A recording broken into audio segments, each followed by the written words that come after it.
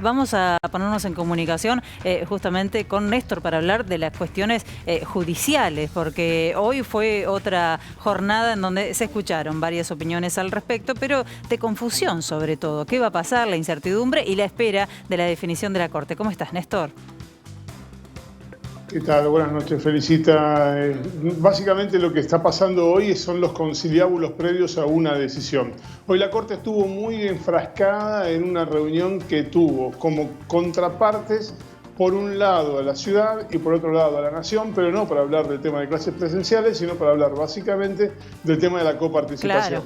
Ahí hubo de alguna manera un principio de acuerdo, una exhortación de la Corte a que dialogaran y buscaran una fórmula de consenso que, si bien tiene que ver básicamente con ese punto del recorte de la coparticipación, de aquella coparticipación que le había dado por decreto el presidente Mauricio Macri de la ciudad y que recuperó el gobierno nacional con Alberto Fernández, si bien tenía que ver solamente con eso, hubo una exhortación a, muchachos, siéntense a conversar y busquen una solución política a un problema que es eminentemente político.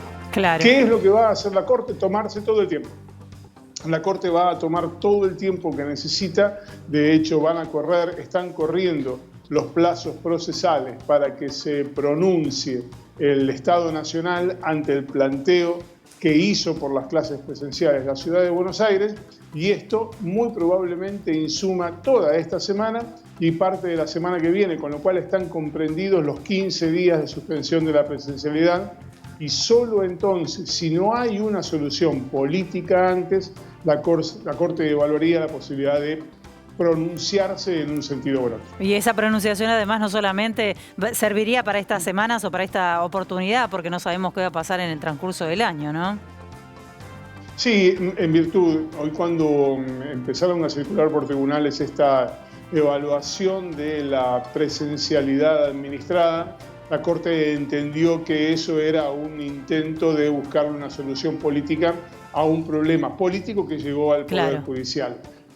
Lo que hicieron saber los voceros de la Corte es que no les gusta tener que ser ellos los que encuentran una solución desde el derecho a cuestiones que surgen desde el desentendimiento de la política. De hecho, algo de eso decía ayer el fallo del juez Esteban Furnari. A propósito de eso, el fallo del juez Furnari fue directamente a la Corte. Esta mañana ingresó por mesa de entradas en la Secretaría de Juicios Originarios, es decir que no hay ya posibilidades de que sea apelado, porque el fallo, el expediente, todas las actuaciones ya están en la Corte Suprema. Larreta hoy coleccionó denuncias, hay varias denuncias en contra del jefe del gobierno porteño. ¿Cómo lo entendemos desde lo legal? Ayer te preguntaba eso, Néstor. ¿Qué pasa si el gobierno de Cava desobedece este nuevo fallo de la justicia? Y la verdad que en un primer momento no parecía algo posible, pero después con el correr de las horas efectivamente fue así. Y en el comunicado que llegó a las escuelas, lo que dice el gobierno porteño es: hay dos fallos, vamos a hacerle caso a al primero, al de la Cámara porteña que habilitó las presenciales.